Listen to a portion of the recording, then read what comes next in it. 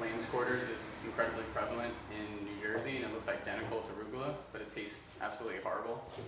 So as far as weeding goes, it's incredibly tedious and huge labor hours. So indoor cultivation of that might allow you to have a product throughout the summer, possibly year-round, with very low labor costs, so you can probably undercut that market. Arugula is also high-yielding and fast-maturing crop, so it goes wrong with those microgreens, micro-leaf lettuce. It fits nice into the system where you can constantly change out the product. So it's not necessarily as long-term as tomatoes, so there's less disease, you can clean it. Just less chance of things going wrong.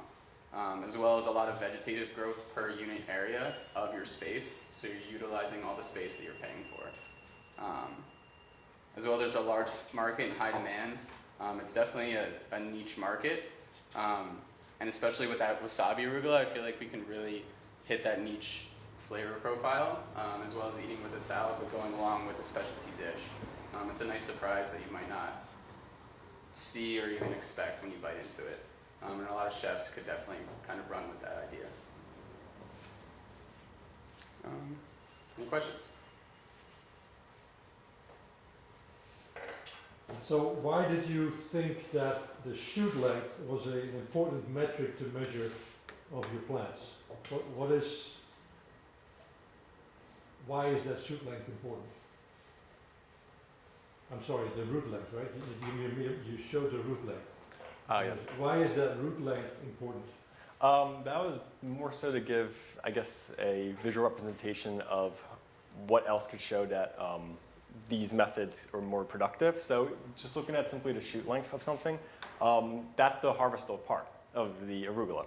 So obviously the more shoot length we have, the more harvestable our product's going to be. However, it's always, we thought it was important to look at the root length because you want to see really how the roots are developing, because the roots are really going to affect how the top growth is going to develop later on. So by simply showing which systems promoted both increased root and shoot growth could potentially lead to just give a clear idea of what is a more viable, productive option. Your assumption is that if I have a longer root length, I have a better plant, right? Yeah, healthier roots would lead to a better plant. Whether it be longer or simply just wider and more present of healthy, active white roots. That's what I'm getting at. Is it the width of the root? Is it the length of the root? Is it some other feature of the root? Why did you pick the length as your measure and not something else, or add it to that? I thought that was a good initial way to measure and start with, and that if we couldn't find a correlation with length, that you could go on and try to study other parts of the root. But we didn't necessarily find that root length meant more yield on the top end of the plants. So would it have been better maybe to, in addition to measuring some characteristics of the root, to also do some destructive harvest and maybe measure some shoot characteristics to have an idea?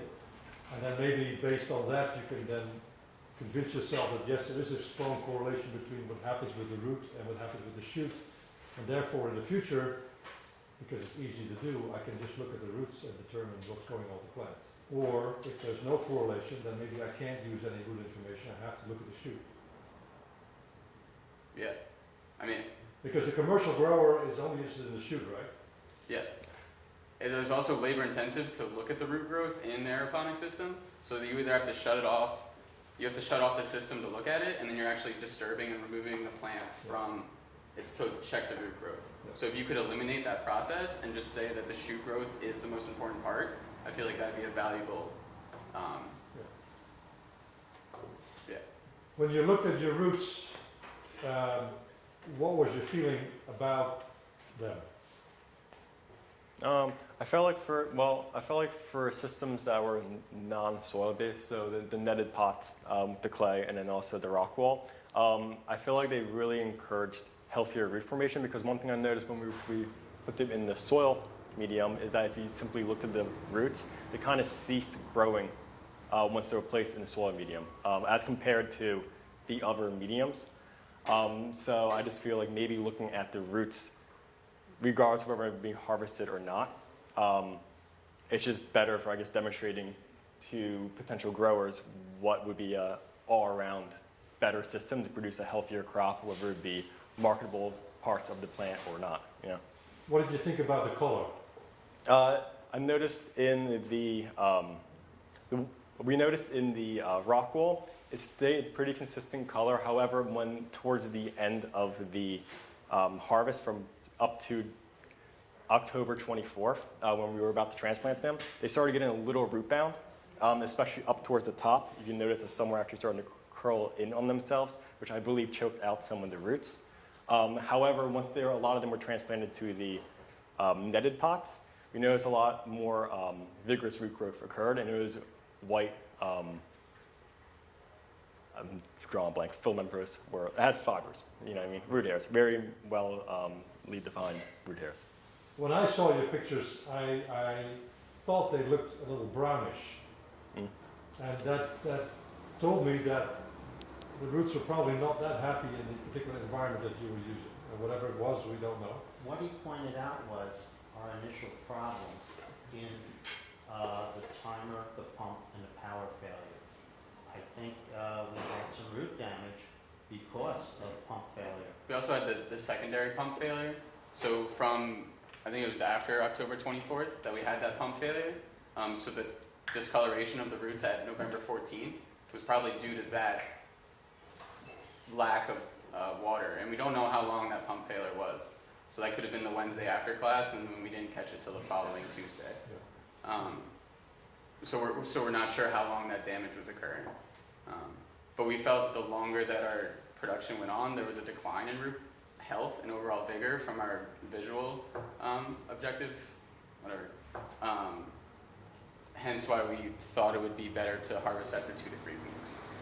Just the longer that the arugula went on, there seemed to be a larger array of issues that could have been solved had we just harvested after 3 weeks. And one of the issues was just giving it too much water 100% of the time. Yeah. One of your suggestions was to use a timer, which we did, 2/3 into the experiment. The timer is now working still.